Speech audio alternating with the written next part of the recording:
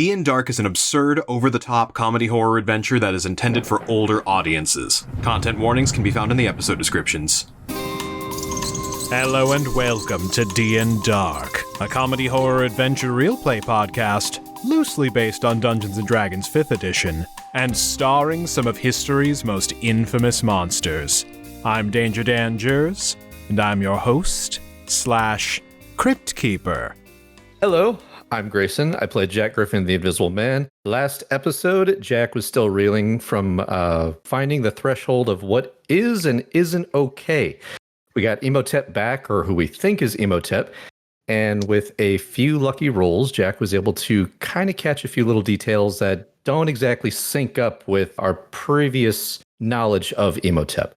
But until we know for certain, looks like we got him back. Hi everyone, I'm Ben Magnet. I play Mary Frankenstein, our barbarian paladin. Things are bad. Like, they're really, really bad. So Larry and Phantom, they had some feeling sign, which was awesome. But then, while we were talking with Marlowe, evil Imhotep decided to mess with the subtitles. So I, instead of hearing what was really going on, heard something completely different. And that led to me screwing things up with one of our best benefactors this entire game, Marlowe. So, yeah, it's just all bad. However, we may have a saving grace because apparently Phantom knows about Imhotep, but Mary, on the other hand, is just still reeling from what was happening, and he's kind of having a bit of an existential crisis. I mean, more so than what he normally has an existential crisis, but this was just like, there's something wrong with my brain, am I short-circuiting? I know I heard what I heard, and yeah, it's not a good time for Mary right now. Hi, I'm Jordan, and I play Larry Talbot, the lycanthropic warlock. And last time, we wrapped up the Necronomicon portal tears. We decided to hunker down in the Opera House. We're in kind of a weird place of our understanding of what is going on with Imhotep right now. Like, we know there's a suspicion something's up with him. He's been saying a lot of weird things to everyone. And then we made our way over to the nearest graveyard, went down into some crypts, and destroyed our very first Dracula coffin. Woo! Yay. Mary went smash. 25% of the way there. Yeah! And it wasn't even that hard. But we have made it back up to the surface after a job well done, and we are surrounded by shadows and zombies, I believe. Those are my zombies. We are surrounded by shadows and zombies.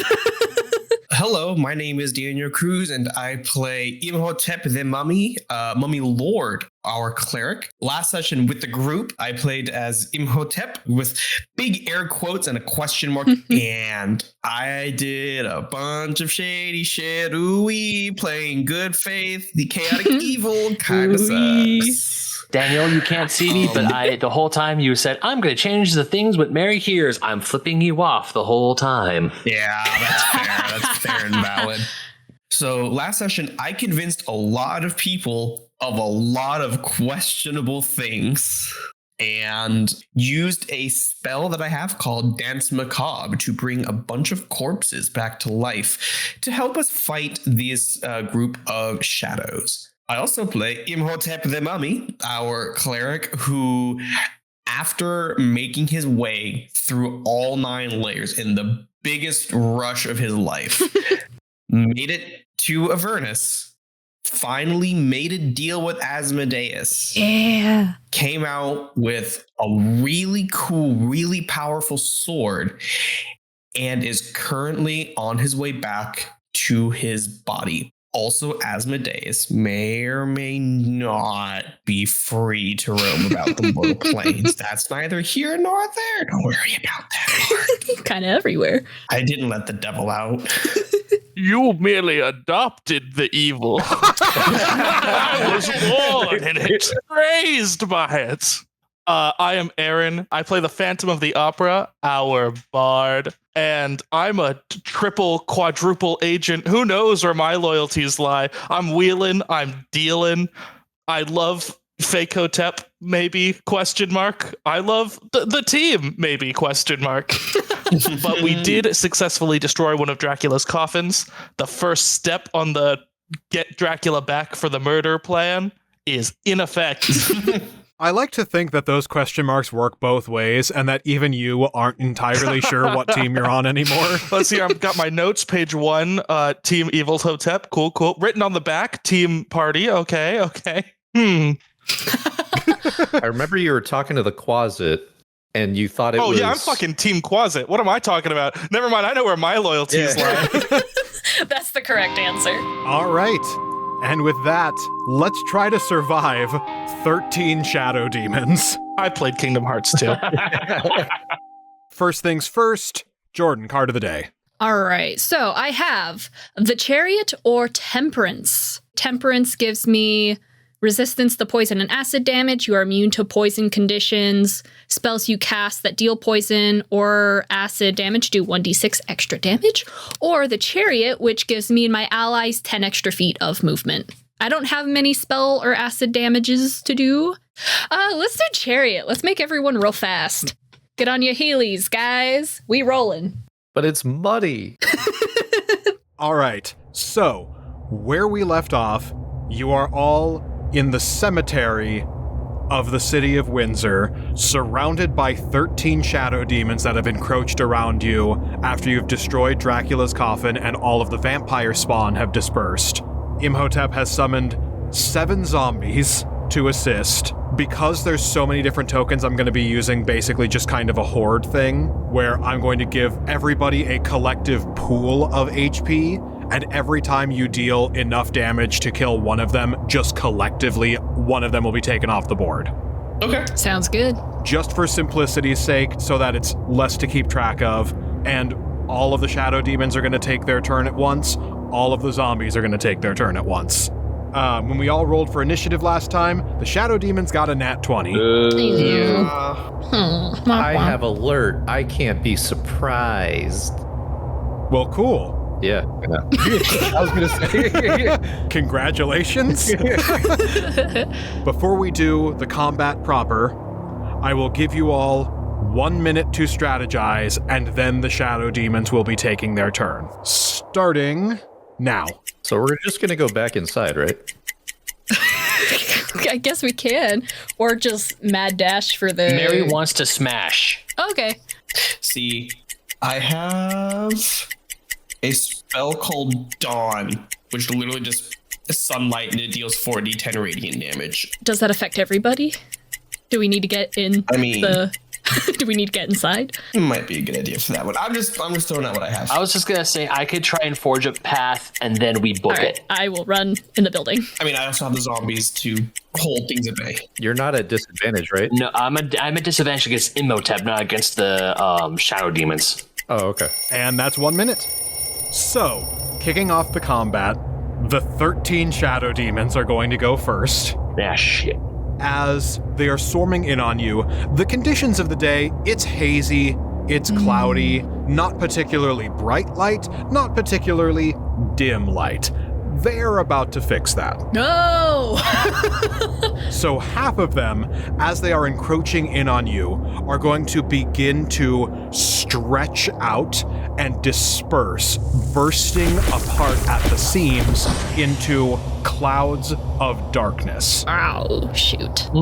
He's giving them status effect markers. Oh, God. So 5 of them are using their action to disperse into a 5-foot radius sphere of magical darkness.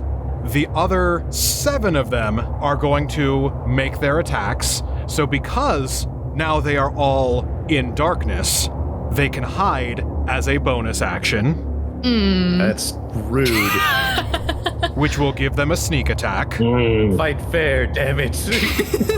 So, 2 of them are going to attack Imhotep, 2 of them are going to attack Phantom, 1 of them will attack the Quasit, 1 will attack Larry, 2 will attack Mary. Oh, dear.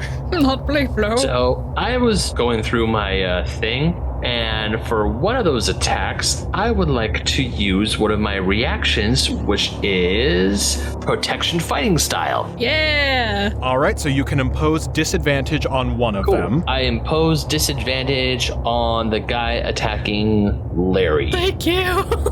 Thank you! So that is going to be 15d20. Oh, Jesus. That's a big number. I'll go ahead and take that 8 and that 4. Yeah, first come, first serve.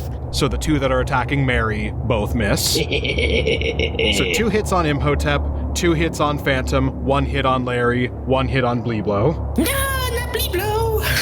Not a boy. There it is. So the 1 against Larry will be 18 psychic damage. Oh, wowie. The 2 against Phantom will be 14 and 18 damage. So 32. I swear, if you kill Bleeblow. It is 22 damage, and he has 7 health. Oh my god, Bleeblow! No! Justice for Bleeblow. Justice for Bleeblow. Justice for Bleeblow! You'll be avenged! And then the 2 against Imhotep are 15 and 11. Ooh, I'm down to 22 HP. Whee! So in a flurry of rending and tearing psychic slashes that lash out at you from this cloud of magical darkness, Bleeblow drops the horse costume. No! No! Steps stoically out into the center of this darkness, looks over their shoulder back at you, a single tear and a salute. As he says, "Yes, get up, boys."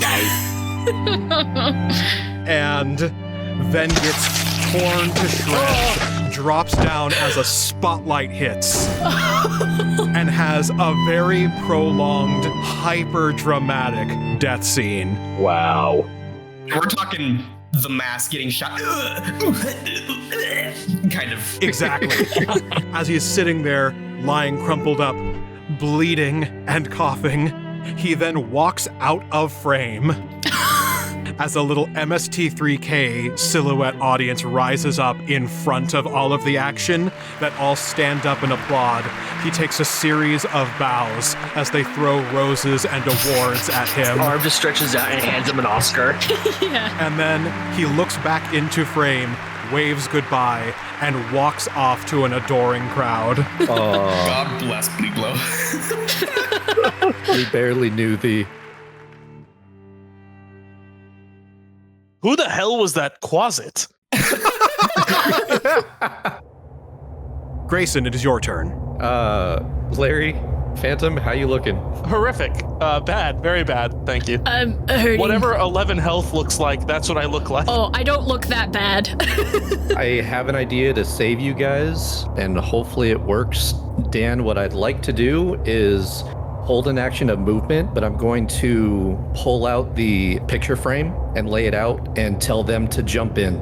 And then I'm going to get the broom ready. Good, because my plan was actually going to be in range of Phantom, and he was going to get hurt with this. Yeah, once they jump in the hole, then I'm jumping on the broom and I'm darting 50 feet. Okay, so you're gonna hop on the broom and use the broom's movement to carry the picture frame away.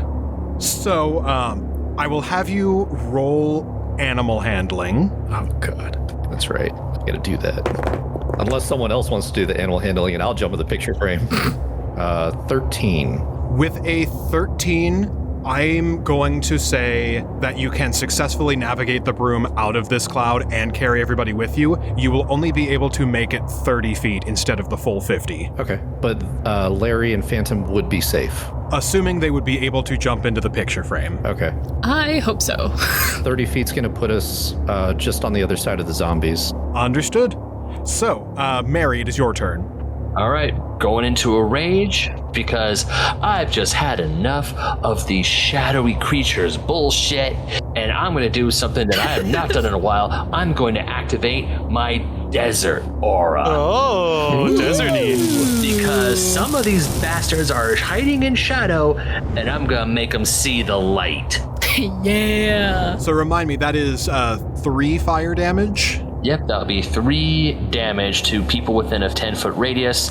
And unfortunately, that does include Phantom, which is why I was saying grab Phantom and get the F out. Yeah. But I'll live. So that will deal 18 damage to the horde of shadow demons. Hey, not bad. Phantom, get out!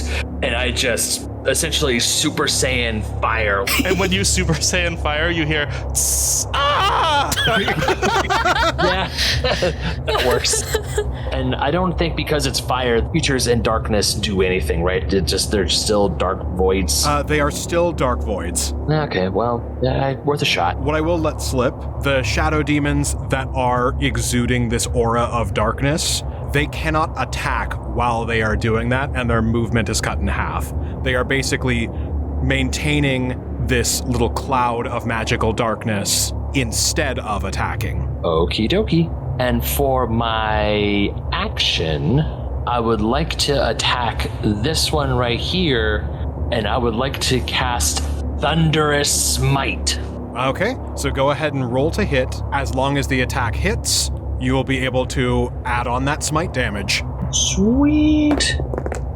That is that's a 6 plus 7 is a 13. And a 13 will hit. Ooh, oh my. Hey, okay. Ooh, 5 plus 8, 13 total damage. All right, and then the shadow will have to make a strength saving throw or be pushed back 10 feet.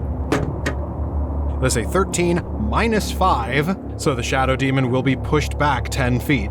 Cool. That does make a nice little pocket. So by pushing that one back, you have disrupted a little bit of the total darkness, leaving a little pocket that is not shrouded by these shadow demons. So now it is the zombies' turn. So I guess the two that are in the cloud with Goon A here are going to beat them up, and everybody else is going to go find somebody to go beat up. And your dance partners. Basically, yeah, go find a dance partner and beat them up. And the collective zombies will all, in sync, nod, and then run shambling off towards various different shadow demons around here. I'm imagining Imhotep, like, drawing his Kopesh and looking at them and saying, find the foe and defeat them. They all nod and he goes, great NPC energy, and everybody keep it up. Weirdly in sync.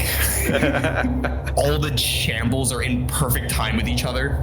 I have 1, 2, 3, 4, 5, 6. How many do I need? There are 7 of them. 7. Alrighty, let me move some dice around.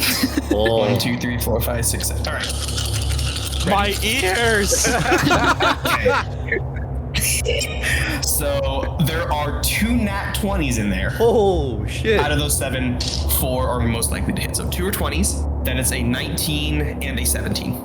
The other was a 6 and a 3. So 4 of them will hit and 2 of them will crit. Okay. Go ahead and roll that damage. So the final damages are 2, 4, 7, 12. Okay. As we have established, they are all the same copy-paste assets, so they all do the exact same attack at once. All right. So Imhotep, it is your turn. Okay.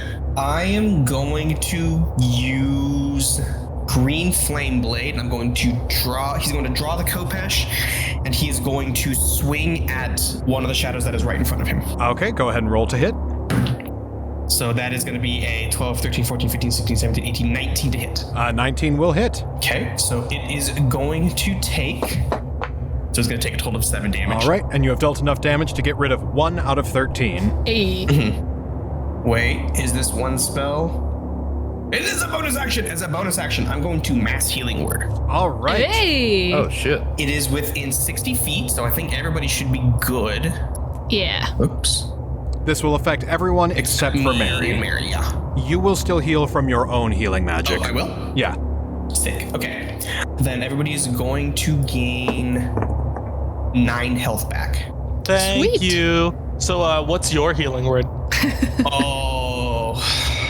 He looks over his shoulder as he slashes out, and in this rush of green flame that comes out of his blade, you watch as one of the shadows disappears in front of him. He looks over his shoulder with like this callous look, and he just says, "Fools." And you regain some health to stay in the fight. Why are they all insults? Mean Hotep. Trust me, I already know what real Hotep is going to do for his healing word as soon as he gets back. Yay. I've already got it planned. All right. Phantom, it is your turn. All right, I got a DM question. Good. What's your question? So when you're in the painting plane, are you vibing? Like from the outside, it looks like, you know, you're a Luigi's Mansion painting. But while you're in there, you're not like frozen or whatever, right? You just live in Chalk Zone? Chalk Zone is a good approximation. Sweet. Cool. Then I'll hop on in there, but I'll hold my action until Larry is also in there for chit chat time. Just fun. Goofs and gaffs. For the mechanics of coming into and out of the painting, I will say entering the painting counts as 15 feet of movement. Oh, sweet. Okay. Cool. And then same thing for exiting the painting. The painting threshold will eat up 15 feet of movement. Neat. Yeah, cool. Okay, so you dive into the painting and you hold your action for conversation time. Yep. Well, it's combat, so I figured it's time for us to start actually talking about our feelings and stuff like that. Yeah. Of course. Who do you think we are? Absolutely. All right, so Larry, it is your turn. I can see 6 shadows, is that right? Yes. 1, 2, 3, 4, 5, 6. Okay, so I am going to use my Eldritch Invocation to cast Bane, and I can cast it on all 6 of those bad boys. Oh, shit. All right. So they need to make a Charisma saving throw. 12, 13, 14. DC's 15! Hell yeah! All right, so these 6 are baned. Whenever a target makes an attack roll or saving throw before the spell ends, the target must roll a d4 and subtract the number rolled from the attack roll or saving throw.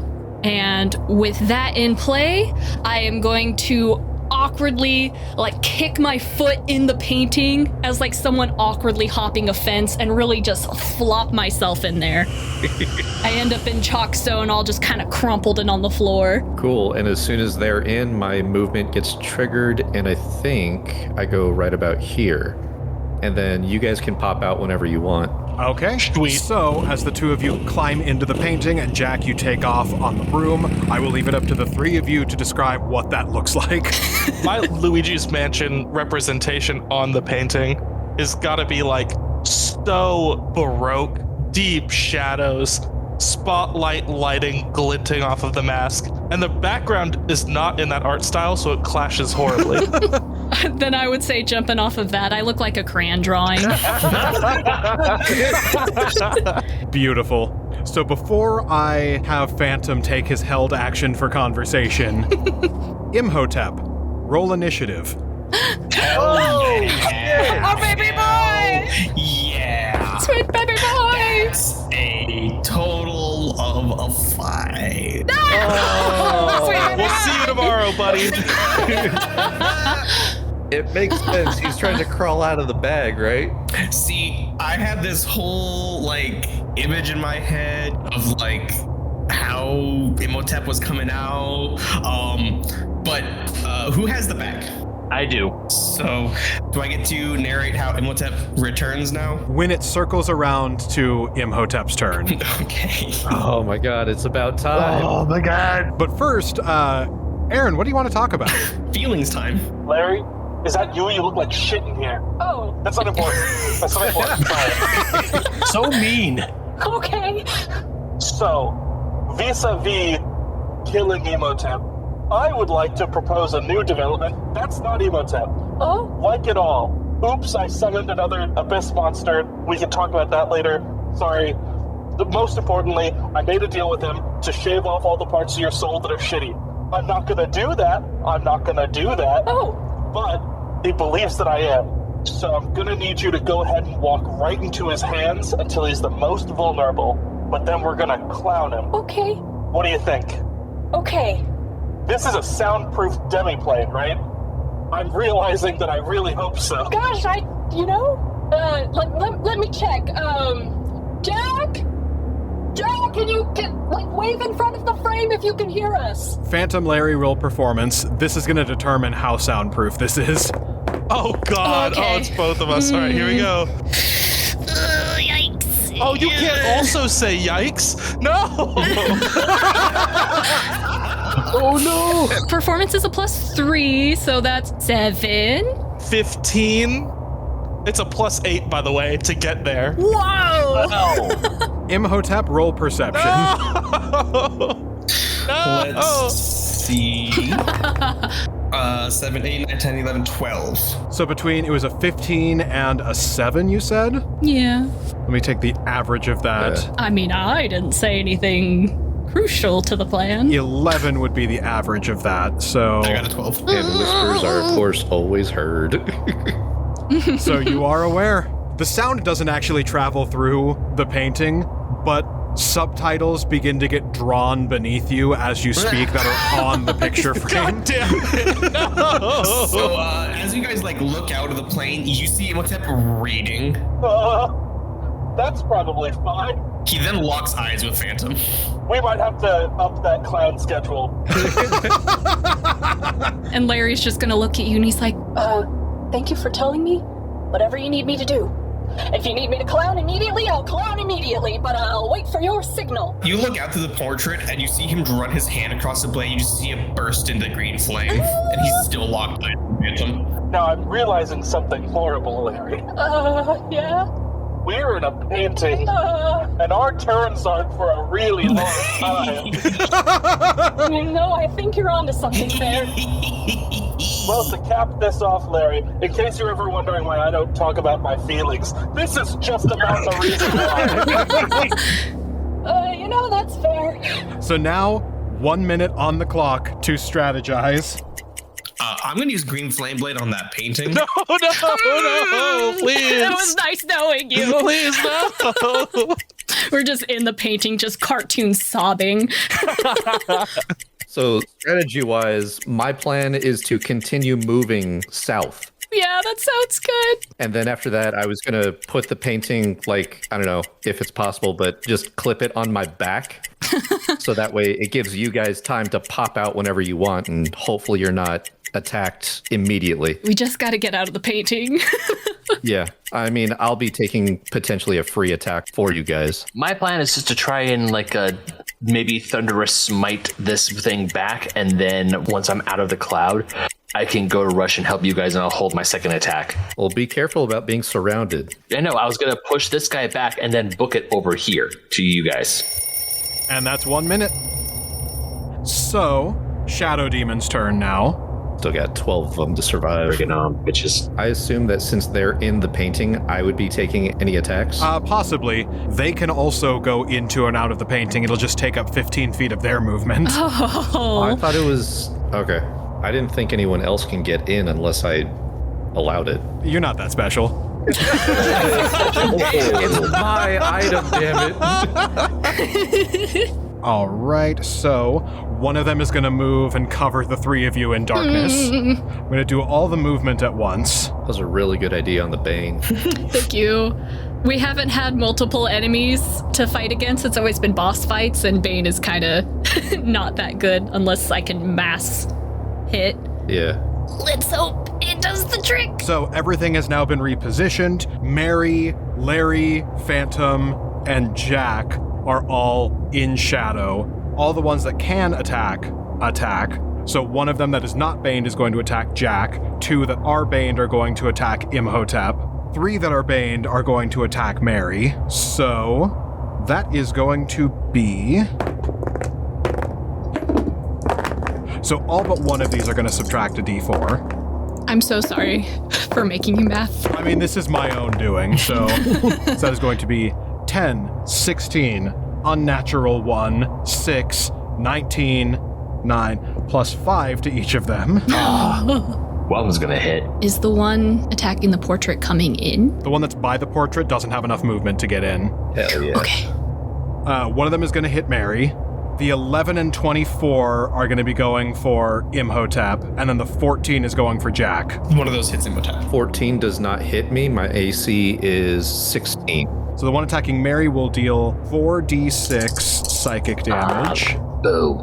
So that's going to be 13 damage on you, Mary. All right. And then that'll be 9 damage on Imhotep. Okay. Just resetting my healing word. So, Jack, it is your turn. Alrighty, so as Jack ducks out of the way on his broom, he just goes a little too low for that thing to hit him. I am going to assume I can do the full 50. Go ahead and roll animal handling. Okay.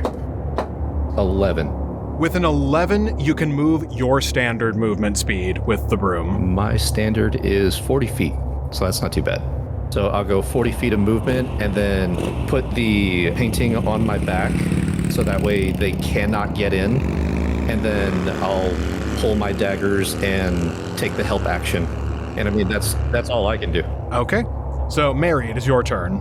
Mary is still very pissed off, and he's like, I hate fire.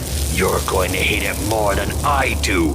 And I Super Saiyan Desert Rage again. Okay, so that will be 18 more damage. Yay. Are these shadows considered fiends, or are they undead, or what are they? Roll either Insight or Arcana. +1, 17. With a 17, these are fiends. Oh, they're fiends, you say? Well, finding out that these are fiends, instead of using Thunder Smite, I'm going to use Divine Smite. Yeah! When you hit with a melee weapon attack, you can expend 1 spell slot to equal an extra D8 radiant damage. An additional D8 on a fiend or undead. All right, go ahead and make your attack, and if it hits, that'll be an extra 2d8 radiant damage. Alrighty. Hey guys. What are you doing? Natural 20! Hell yeah! Nice. Because you crit, that's going to be 4d8 radiant damage. And because they are vulnerable to radiant damage, that is going to be 8d8 radiant damage. Yeah! 8d8s? Oh my god. You hear that? That's the sound of someone's shit about to get wrecked. Yeah! Wreck it. 30 points of damage in total. Jesus. Yes! Oh, yeah. That is going to take another one off the board. So you are down to 11 shadow demons. Oh, God, why? Can I add a little thing really quickly, Ben? Oh, no. No. While you're no.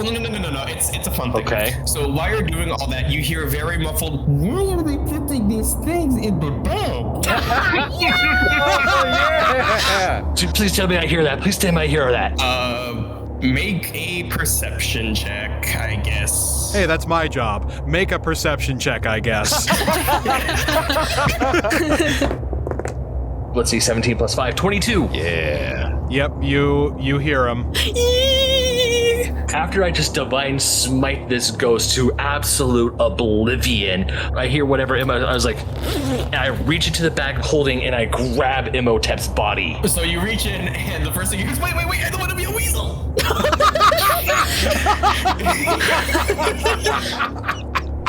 Inspiration, Daniel. I pull out Imhotep's body. I was like, is that you? Is that really you? Sensitive, please let go. Imhotep, is that you? Is that really you? Yes. Tell me something only Imhotep would know.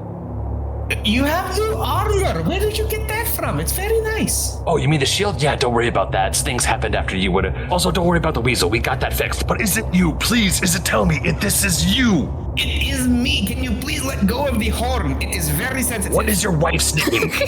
Anksunamun. Who is the god that you pray to all the time? Osiris. Fuck it, good enough for me. And I get the rest of his body out of the bag. Flop onto the ground. I just rolled another perception check for Jack, and I got a natural 1, so... You don't see shit. Yeah. Why is it that every time something cool happens, Jack can't see it? So everyone else is too far away to witness this as you get off this hyper-impressive smite and spawn Imhotep back. Yeah, we got this big gnarled tree in the way. Does evil Imhotep see this? Oh, he absolutely sees this. And I just glare, and can we safely assume that Mary now knows that this Imhotep is 100% a fake? You know which one is which. Fuck yeah. So I glare over at Fakeotep. Who just kind of shrugs. Okay, long story short, Erik tried to bring it back through the Necronomicon. Apparently, it did not work, and we have an imposter among us, and I'm going to enjoy breaking every single bone that he has. So you get yourself put together. I'm going to help you clear out the trash, and I'm going to attack Fakeotep. I'm sorry, you said the line. Now, this is all very cool, very narratively driven, wonderful.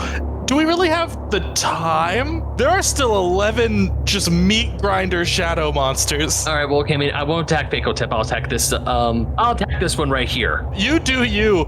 I'm just saying, don't die in the process, please. So just to backtrack everything and make sure that I know mechanically, since this has been a lot's happened on this turn. So you've used your bonus action for your rage. Yes. You've used 1 out of 2 attacks on that divine smite.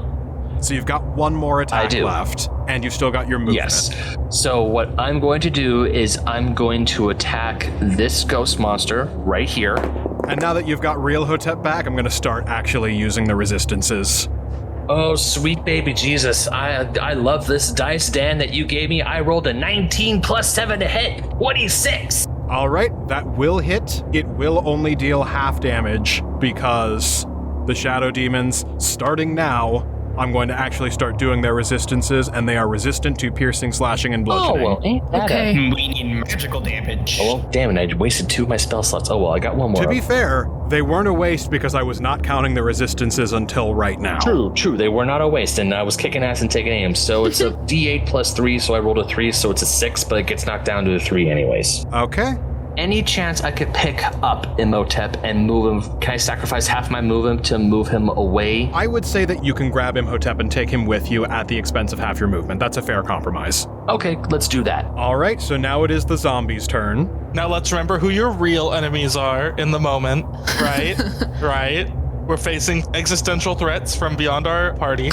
I mean, I did put us behind a tree to help. Can I do their turn and Fakehotep turn all at once real quick? Fakehotep's turn is immediately after there's an initiative, so go for it. While the zombies move in and just keep clobbering these guys, Fakehotep is going to brandish the sword, which is bathed in green fire, and is just going to menacingly walk. So he's going to start making his way towards Realhotep. The zombies are going to attack for a 5, 6, and a 7, so I don't think these are going to hit. I have a 9. I don't think that's going to hit. I have a 14, a 16, and another nat 20. That do hit. 14, 16, nat 20.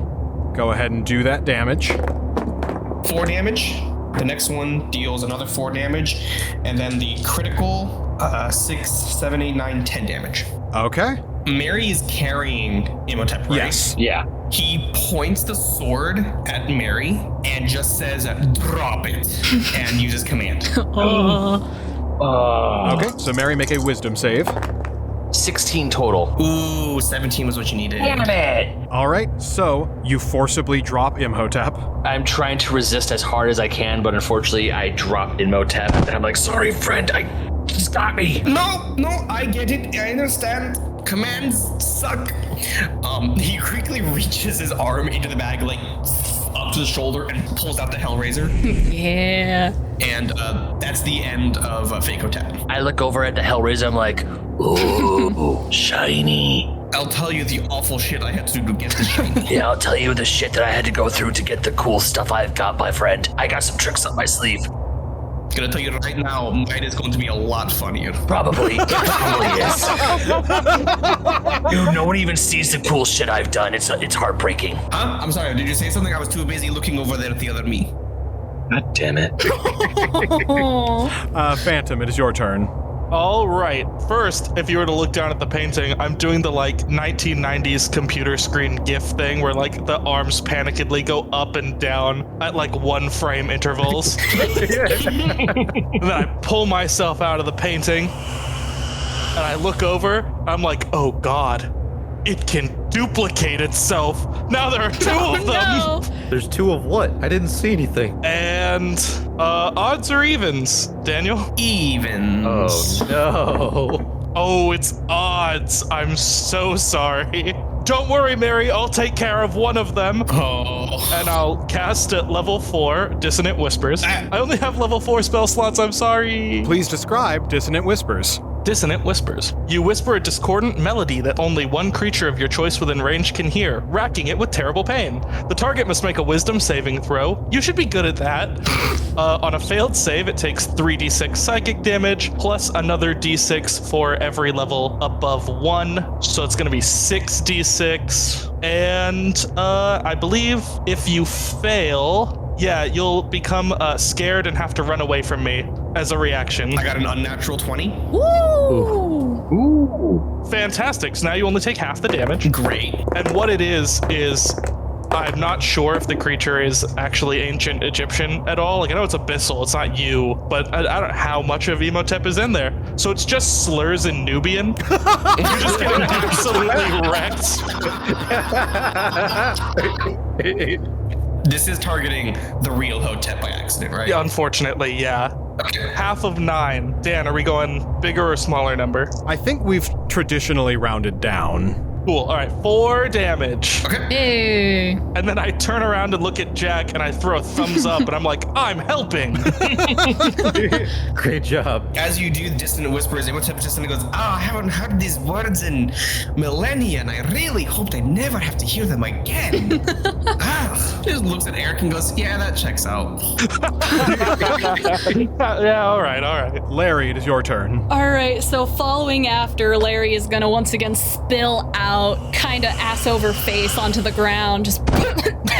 Oh, there's 2 of them now? I know. Oh, shoot. God, all right. 2 of what? That's fine. And I go through and I'm like, okay. Well, it looks like the big players are out of the shadow mess, so I'm going to cast Sickening Radiance. Oh. It has a radius of 30 feet. I'm going to try and get all the zombos. The zombos are... well... Nah. I saw your glare with your green blade. That's about what I can do, Dan, if you can see my radius. All right, so that's going to hit every zombie and every shadow demon. Okay, so Larry's gonna hold out his hands and close his eyes, and right above that circumference, like a giant wolf eye, is gonna open and cascade this like sickening yellow bright light. Damn, that's rad. Thank you! Light spreads within a 30-foot radius sphere centered on the point you choose within the range. The light spreads around corners and lasts until the spell ends. When a creature moves into the spell's area for the first time or its turn starts there, the creature must succeed on a Constitution saving throw or take 4d10 radiant damage and suffers 1 level of exhaustion and emits a dim greenish light in a 5-foot radius. This light makes it impossible for the creature to benefit from being invisible. The light and any levels of exhaustion caused by the spell go away when the spell ends. What spell is this? This is Sickening Radiance. Ooh, I love that name. Ooh. It's a good spell. Okay. So at the start of the Shadow's turns and the Zombo's turns, they need to make a Constitution saving throw. And Larry's gonna be like, nobody step into the light.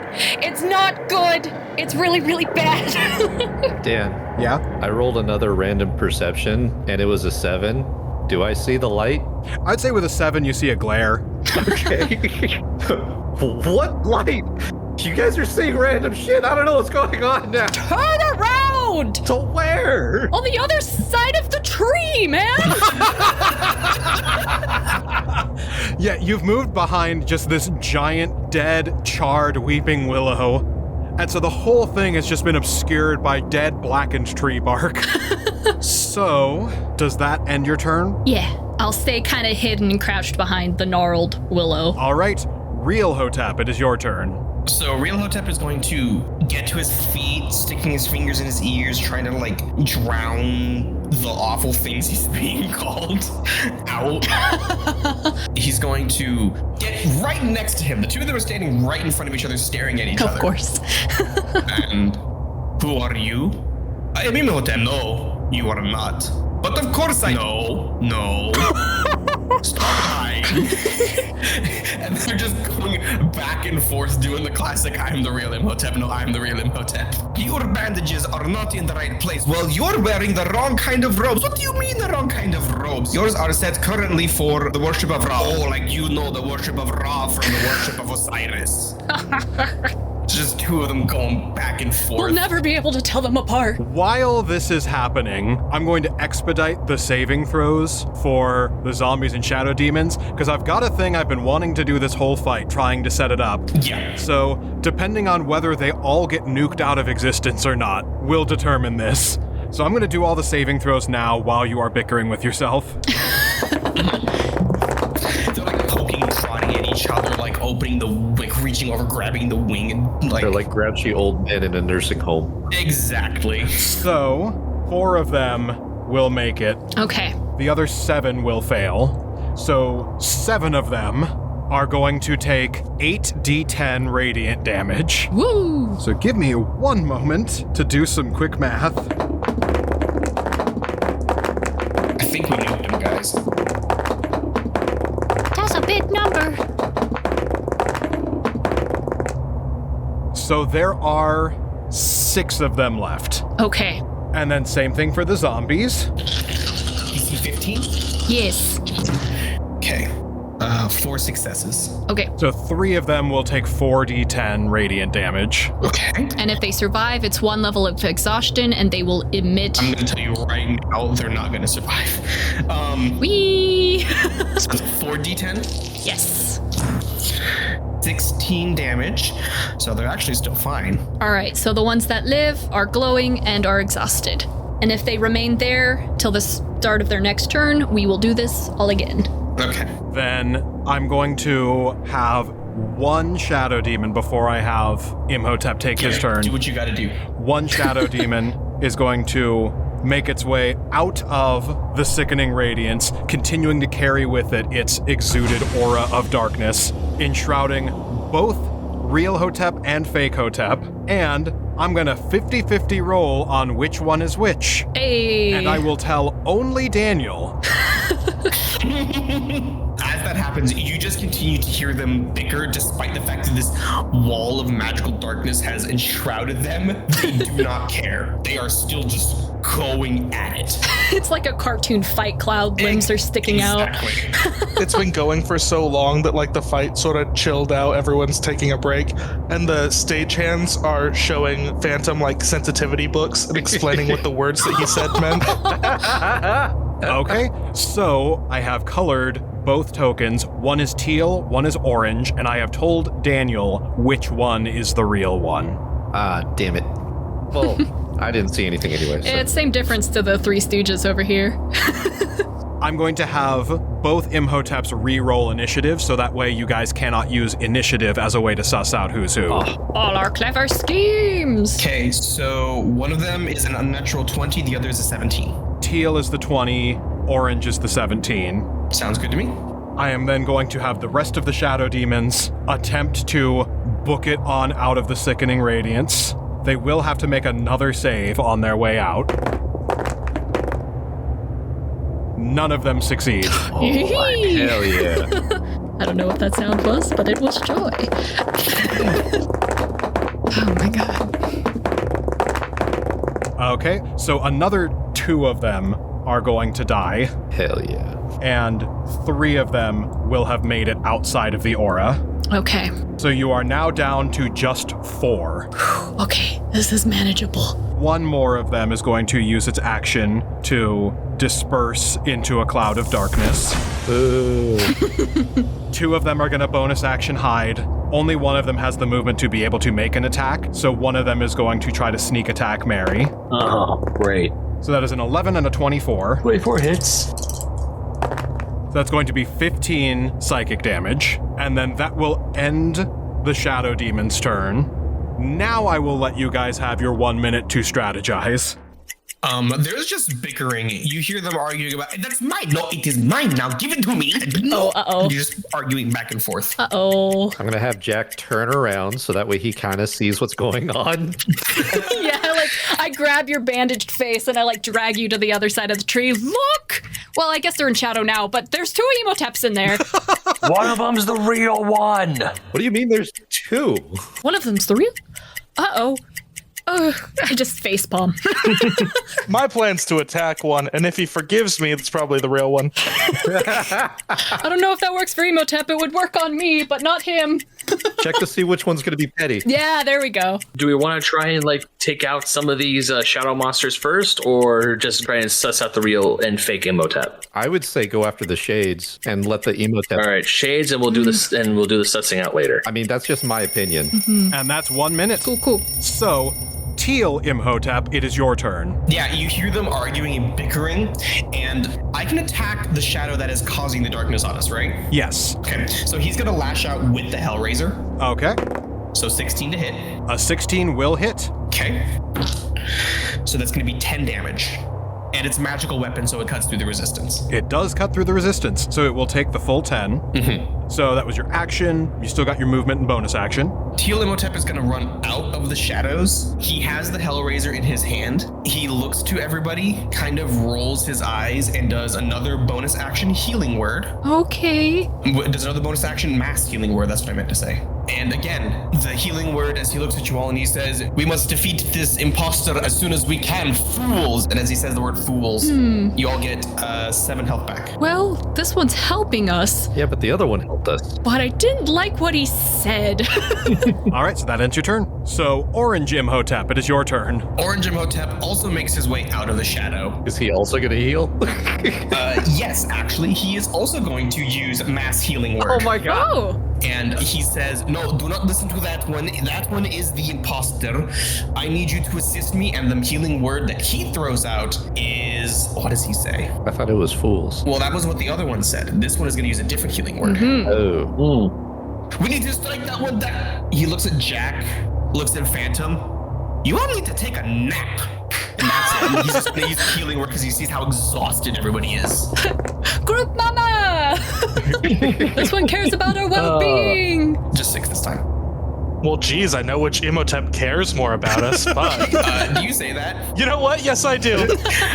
Orange Imhotep immediately turns, looks at you, eyes go red. "You and I have a lot to talk about." That really could be either. That really could be either one. Still staring at Phantom, fires a sacred flame at the other Imhotep. It's a dex save, right? Yes. That's a 13, which is not enough to dodge. So he's going to take... that's 10. And I'm assuming that ends your turn? Yeah, that ends his turn. And he's still just staring down Phantom.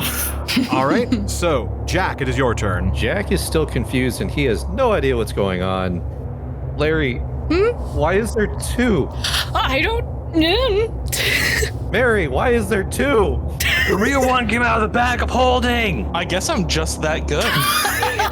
You ain't done shit. All right, I don't know what to do, so I'm going to go ahead and rush over to the one that's in darkness. I've got Abraham's dagger, and I'll pull my short sword, and I will, because I don't think that there's any way for me to hide before this. You could attempt to hide in its own magical darkness. You would get disadvantage, so it would cancel out a sneak attack. If I were to do a normal attack, isn't that still at disadvantage if I didn't hide? Yeah, so you would cancel out your disadvantage if you did hide. You would not get a sneak attack, but you would attack regularly. Okay, yeah, I'll take that. I will go ahead and attempt to bonus action hide. Roll stealth. You're going up against its perception, which is just a 13. Okay. 15. Okay, yeah, you are able to hide, so if you go to make an attack, you will not have any disadvantage. It will be just a regular attack. And then Abraham's dagger. I know that's a +2 to undead, but is that considered magical? You know, I never actually established that. Yeah. Even or odds?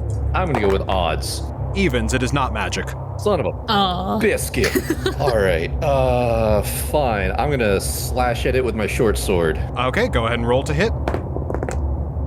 It's 11. 11 does not hit. Okay, so yeah, I back off to the north side of the tree, and maybe it'll follow me. That will end your turn, so Mary, it is your turn. Guys, I don't think I hit anything. I'm just gonna go ahead and attack the shadow. I have my hunch, but I don't want to act on said hunch just yet until there's nothing else in, things trying to screw us over.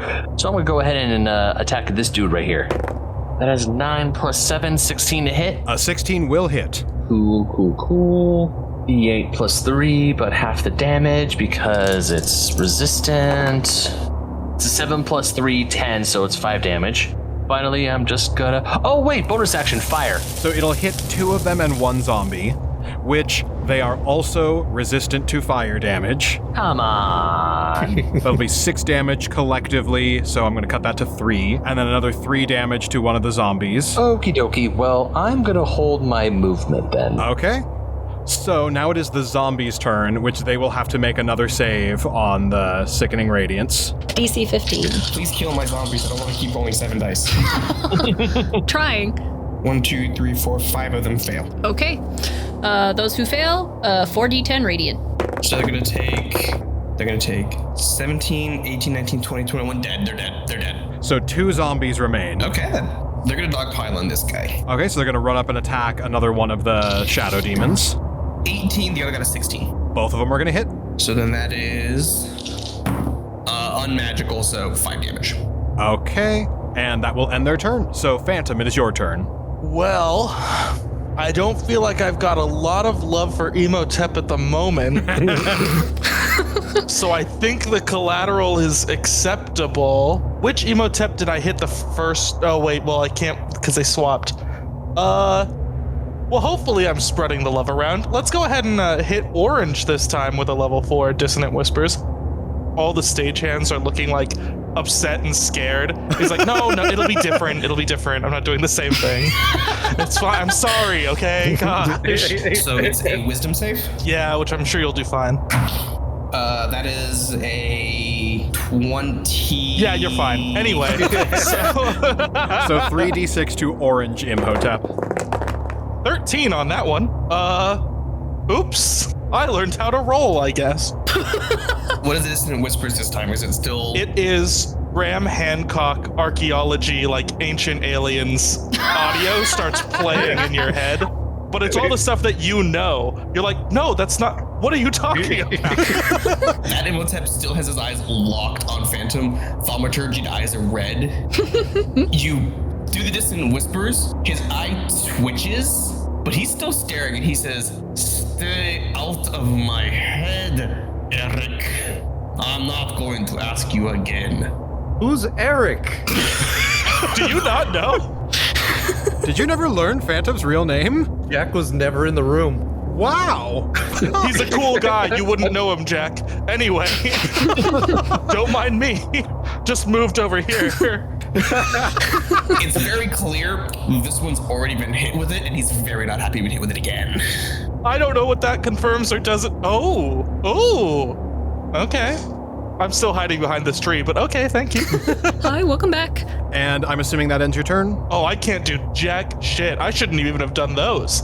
I have got like one more spell in me. All right. Larry, it is your turn. Well, I think I have a guess on who's who. I know the information Jordan has. I don't know how much of it translates over, but caught that teal Imhotep likes to call people fools, while orange Imhotep was being very motherly. Does Larry need to roll to put that together? Roll me either insight or perception. That is a 17, 11 plus 6. I would say with a 17, you have all of the clues that have been laid out already. All right, so Larry is going to move away from the gnarled tree and kind of step sort of in the middle, but distance away between the two Imhoteps, and he's going to look back and forth between them, and he's going to raise up his hands, and he's going to Eldritch Blast the teal one, and I'm going to try and hit him twice to send him into the Sickening Radiance. Good call, Larry. If we take them both down, we can sort of patch one of them up later. Yeah, for sure. Is that one Erik?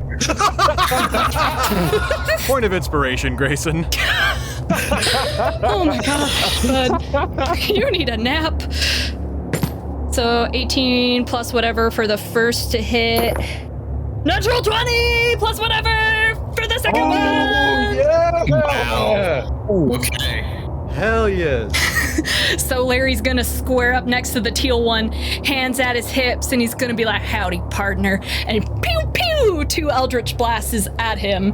That will just barely send him to the Sickening Radiance. Because each one knocks him back 10 feet, right? Yes. Okay. Both blasts total to 17 force damage.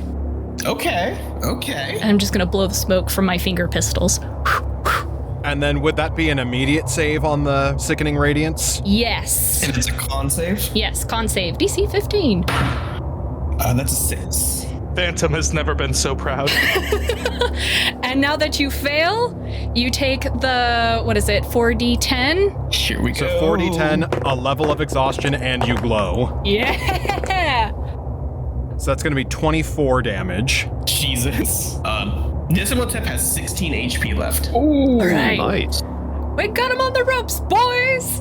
All right, excellent turn, Larry. Yeah. Brilliant. Thank you. So, Shadow Demon's turn now. They are going to use their movement to get as far away from the Sickening Radiance as possible, which is not very much, 2 of them are still smoky clouds of darkness. 2 of them are still corporeal. The 2 that are corporeal are going to use their bonus action to hide in the shadows, and then 1 will attack Larry, 1 will attack Orange Imhotep.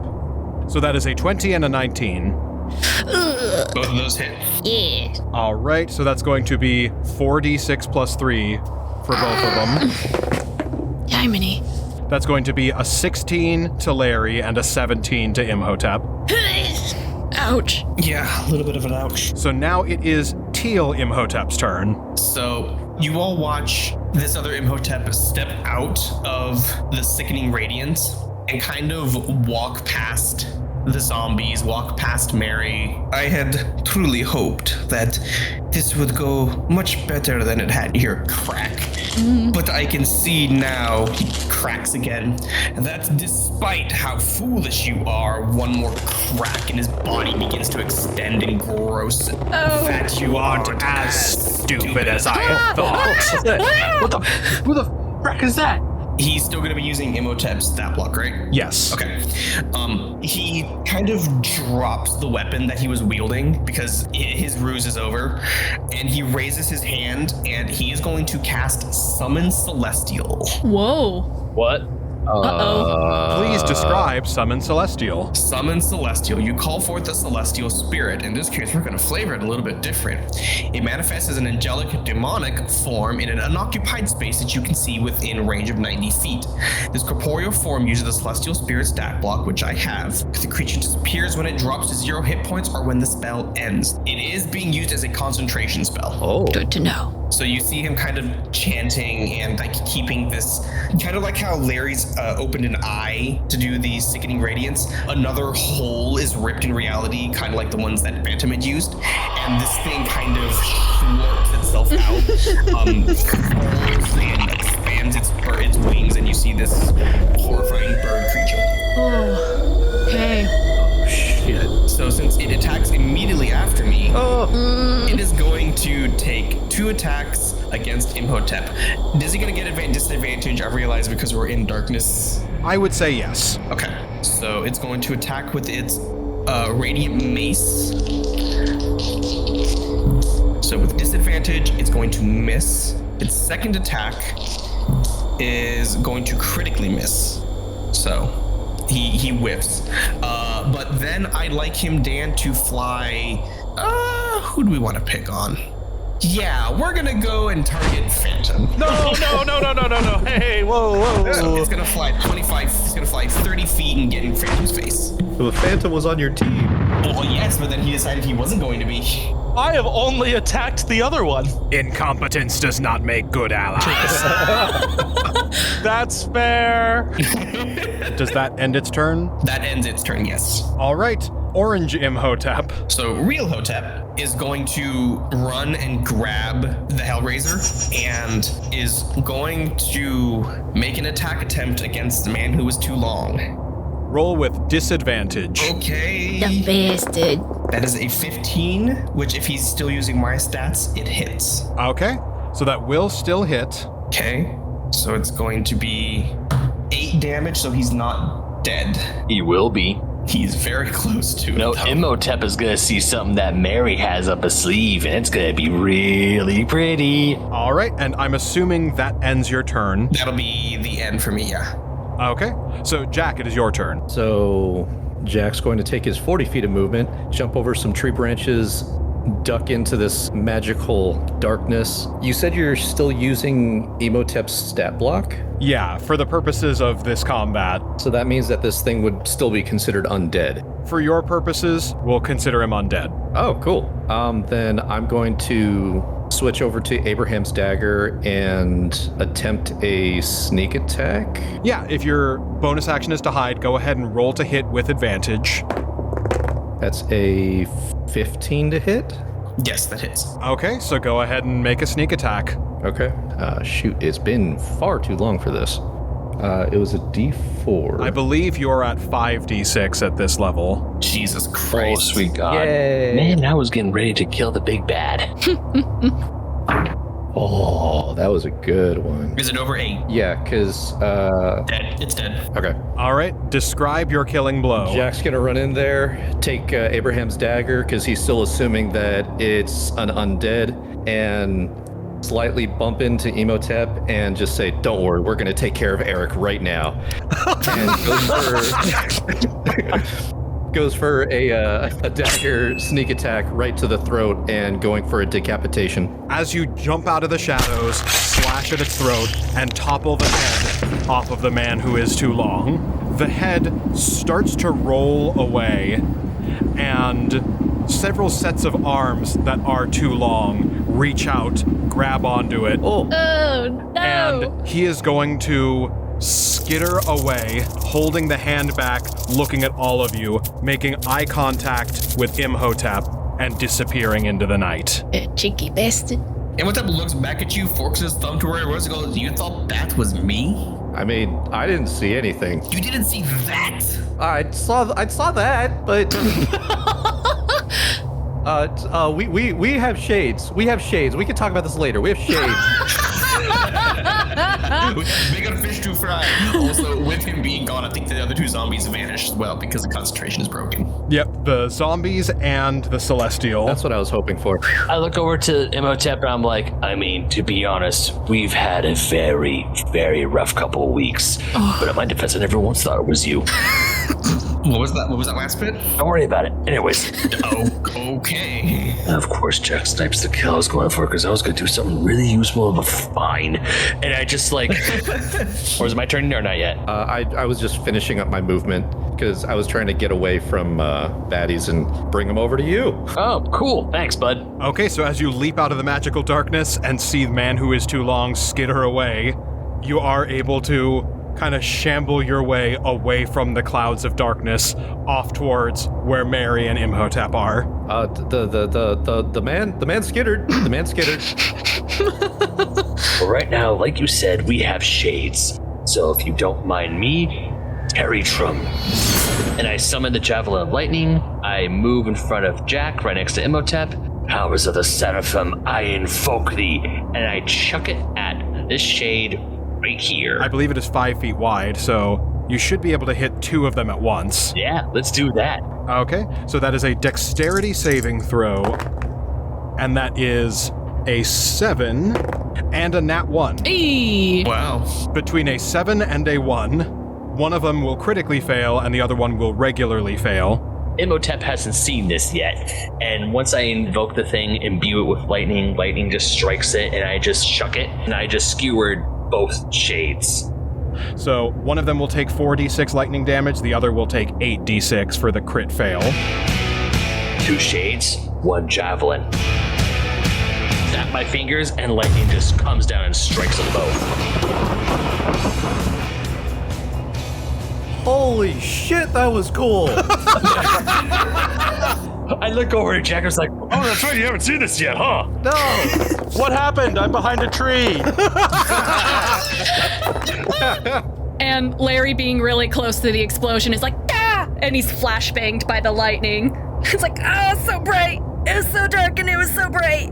25 total damage. You take down 1 more of the shadow demons. One of them is fried to a crisp by this lightning, the other one is still there. So you are down to 3 shadow demons. Cool. Bonus action is Fire Rage. Okay, so that will be 3, 6, 9, cut in half, that's gonna be 4. So that'll be 3 damage to Larry and Imhotep. I'm recovering from the flashbang, and then I feel heat and like, whoo! And the little corners of my mustache are fried. No, don't shorten his mustache. Sorry. Just patting it. Smoke's coming up. And for my final attack, I'm going to attack this shade with Divine Smite. Go ahead and roll to hit. I'm going to use my last spell slot of the day, so hopefully nothing else happens, because then I'll be out of spell slots. Hear that, Dan? Nothing else is allowed to happen. Yeah. Shut up. 16 plus 7, Woo! 23 to hit. That's still gonna hit, and go ahead and add on that radiant damage, so that'll be an extra 2d8, which will be a 4d8 because they're vulnerable to it. 26 damage to this little bastard right here. I really hope that takes him out too. So there's only 2 shades left. There are still 3. We got this, guys. Which, hey, you started with 13, so... Oh, yeah. True. I just look back over the Imhotep with a crack a smile, and I'm like, I can do magic now too. Neat. Am I the only one? Yup. Yes. Son of a bitch. Look, we can have this discussion a little bit later. There's still more of these things. All right, so Phantom, it is your turn. Alrighty. Do I go for overkill? Yes. Yes. Yes. So I've got a series of questions to see if I can do the overkill. Is this tree an object? Oh, God. Oh, no. Are you going to try to animate the tree? Yes. Describe the animate object spell to me. I've already got it open. Objects come to life at your command. Choose up to 10 non-magical objects, but they all have like different point values. So depending on the size, really I'm only going for the tree. They have to be non-magical objects within range that are not being worn or carried. You can't Animate the tree. Hell yeah! But now I've got, how big is it? Well, if the carriage was huge, the tree is also huge. Oh, that's so sick. Oh, it's so fucking cool. All right. So I've got a giant tree. So what happens is everybody's not looking and they hear the like sounds of axes. And as you all turn, you see the stagehands fell this giant tree and like pick it up and run off with it. And then a bunch of them come in with like a prop version. So they're all holding like pieces of cardboard that like look like the tree, but it sways. It's like a mad face drawn on it. And then they lean back one of the arms and they wallop towards the shades in general. One of the shades. All right, so what kind of damage can the animated object do? So I've got a +8 to hit, and if it hits, it will do 2d12 plus 4 damage. It does not say what kind, but I assume off of a tree it'll be bludgeoning. Bludgeoning would make sense here. Yeah. So go ahead and roll to hit. 17. A 17 will hit. Let's go. Physical attacks, they work. Okay, so off of the d12s, I rolled an 11 and a 7, so it's 18 plus 2 for 20, but they resist it. 10's not nothing, though. 10 is not nothing. You are able to take another one off the board. Hell yeah. Their darkness is gone. So you are down to just 2. Hell yeah. Phantom and the stagehands are all like running in circles, doing like the high five, like after a soccer game style stuff, hanging out. That's all my stuff. I believe making it do things is a bonus action, so I'm set. All right. Larry, it is your turn. I want to just keep sending stuff towards the tree. That's awesome. So I'm gonna run back and just try and keep these shades within range. So I will shoot the shade closest to me, that's right next to Mary, with my 2 Eldritch Blasts. That's a nat 20! Oh! Isn't that your second one? That's your second one, right? Yeah! The tree's not gonna get to do shit, you're just gonna kill it. I know! Well, the other one's a 4, so it's just 1. So that'll be 16, and it's fired towards the tree 10 feet. So Imhotep, it is your turn. Hey, Dan. Yes. Something I didn't realize. I have a feature called Divine Strike now. Ooh. You gain the ability to infuse your weapon strike with necrotic energy once on each of your turns. When you hit a creature with a weapon attack, I get to add 1d8 necrotic damage to whatever I roll for damage. Rad. So he's gonna rush in, and since I have this kick-ass sword, that is going to be 21. That's gonna hit. Okay, so it's going to take 7, 8, 9, 10, 11 regular magic damage, and then an additional 7 necrotic damage. So that's going to be 18 total damage. All right. Jack, it is your turn. Jack's gonna go ahead and holster his daggers and walk right behind Mary, and then tap him on the shoulder and just be like, hey, just a heads up. Looking real cool out there. And then he'll go ahead and take the help action. All right. Mary, over to you. I just kind of like smile a little bit and look over at Jackson like, thank you. And I just go over and no one is in range now, and I do the Super Saiyan fire damage. That will be another 3 damage. And then it probably doesn't matter, but the tree also takes 3 damage. It's only so little damage because the techs are used to working with all my bullshit. So as soon as it catches on fire, they whip out a little like fire extinguisher and just put it out inside. And I know I'm in the darkness, but I'm going to go ahead and swing at this guy. That's an 11. An 11 will not So hit. 11 plus 7. Oh, wait, 11 plus 7. Yeah. That will hit. Aha. Yeah. Oh, that's an 8 plus 3. 11. 9, 10, 11, so that'll be 5. Okay. That ain't nothing. All right, Aaron, it is your turn. And also, retroactively take a point of inspiration for just kind of your general hijinks this fight, not any one thing in particular. Yeah, take it. Well, obviously, we're going to go ahead and start with the tree. But what's going to happen for this one, unfortunately, is they're like getting a little ambitious and I'm egging them on. So they're like stacking up and holding the tree like pieces really tall. And then one of them buckles and the whole tower falls and crushes one of the shadows. Assuming it hits.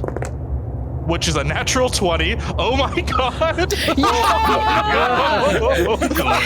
makes sense! This is amazing. 31 damage, but then halved. So that'll be 15, and with your flavor and everything, I'm gonna say the tree is prone. Fair enough. Fair enough. Sentence. And now for my action, assuming that the tree is prone kind of on top of one of the shadows, I'm gonna walk over, pull out my rapier and poke it, I guess. 14, which we recently learned is good enough. 7, which would cut in half to, 3? So I really do just poke it. Like, I walk up and I'm like, you still alive? Or whatever your equivalent of alive is. And it's going to snarl and slash out at you. Fine, fuck. Larry, it is your turn. I guess we're all just gonna surround this toppled tree. And I mean, my best cantrip's my Eldritch Blast, so I'll just boom boom. Go ahead and roll to hit. 8 and then 16 plus whatever. Okay, so one of them will hit. And that will do 9 damage. So you're down to just one shadow demon felled beneath a prop Kick tree. his ass. I don't know. I feel like the next step is just for all of us to just start kicking them. I rolled a kick. I rolled a kick, just punk, punk, punk, punk, punk, punk, punk. But that's my turn. So for the shadow demon's turn, he is going to move and like phase through the tree.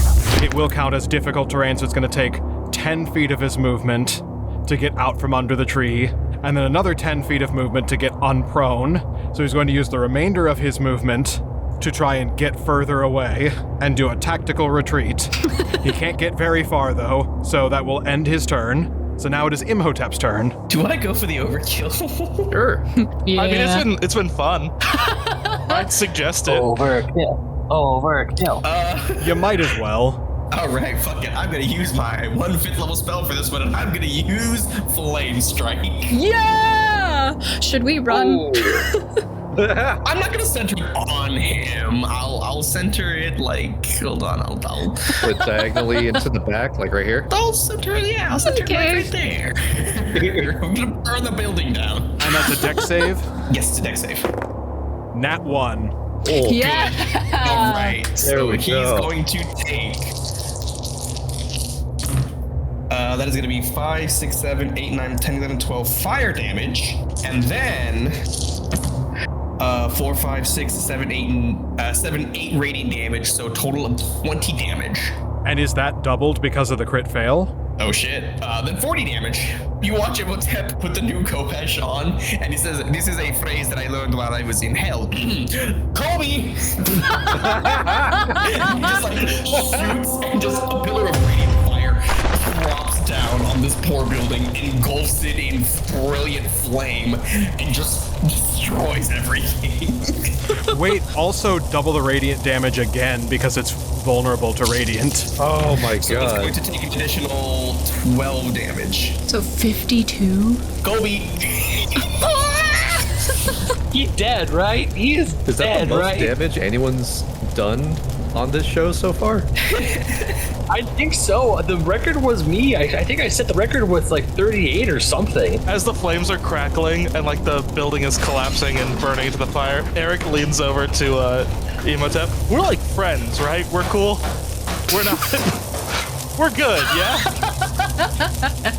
Being perfectly candid, 1 HP left. Oh, come on. I mean, is there anything else that you can do? Throw a rock at him, maybe. Can I use thaumaturgy to... I make flames flicker, brighten, or dim for 1 minute. Can I just make the flames ever so slightly brighter to just snuff out that last little bit of shadow? Roll Arcana.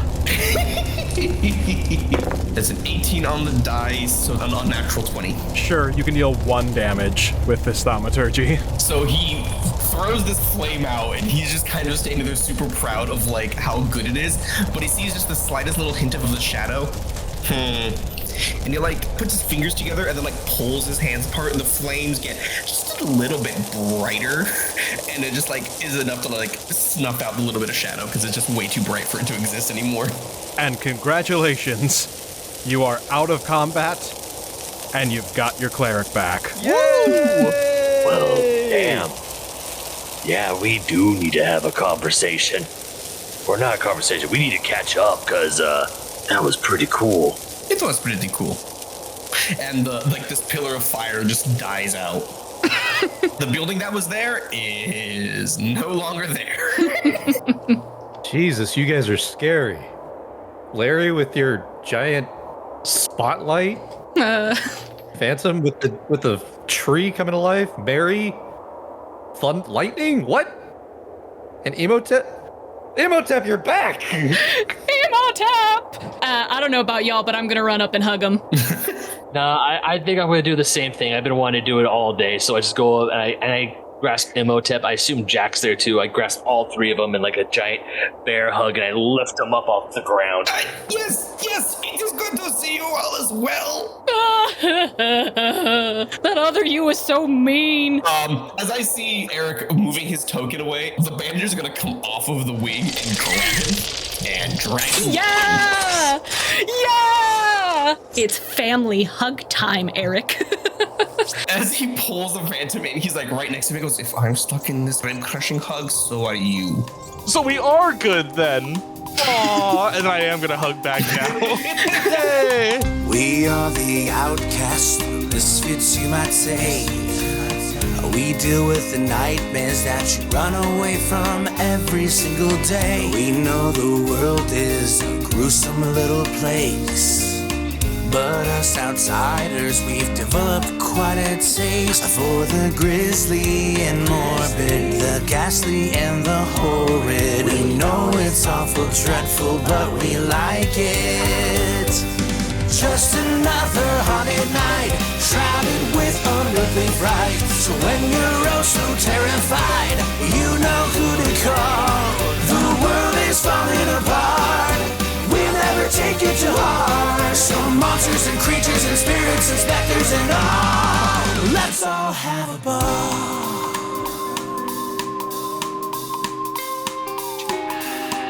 So, that will be, riveting stuff, me doing a whole bunch of quick math. You're good. It is my fault. I am sorry. I had a nice second to draw a hat. It looks oddly suspicious. Teal and orange. Brown and teal and orange.